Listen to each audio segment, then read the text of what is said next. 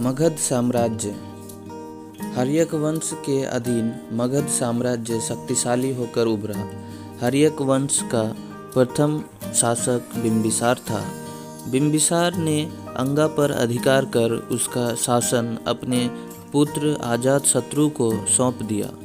बिंबिसार ने वैवाहिक संबंध द्वारा भी साम्राज्य को मजबूत किया। उसने कौशल राज की पुत्री तथा प्रसेनजित की बहन महाकोशला से विवाह कर दहेज में काशी प्राप्त किया। उसने दूसरा विवाह वैशाली की लिच्छवी राजकुमारी चेलना से किया, जिसने अजातशत्रु को जन्म दिया। तीसरा विवाह मद्रकुल के प्रधान की पुत्री क्षेमा से किया।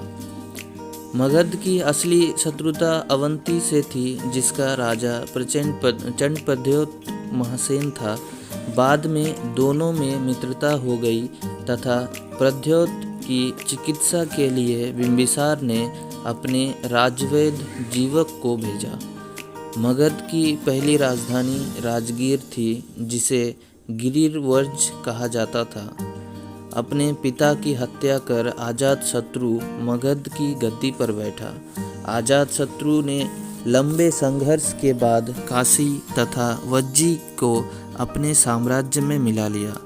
वत्सकार अजातशत्रु का मंत्री था। अजातशत्रु के पुत्र उदयन ने अपने पिता को हत्या कर साम्राज्य पर आधिपत्य स्थापित किया।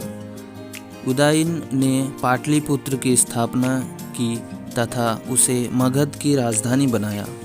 इस वंश का अंतिम शासक नागदशक था, जिसे उसके अमात्य शिशुनाग ने मारकर शिशुनाग वंश की स्थापना की।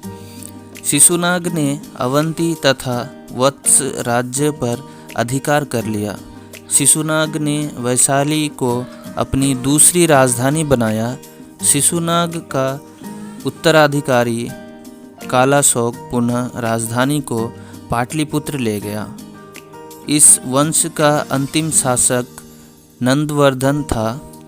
शिशुनाग के बाद मगध पर शक्तिशाली नंद वंश का शासन शुरू हुआ, जिसका संस्थापक महापद्मानंद था।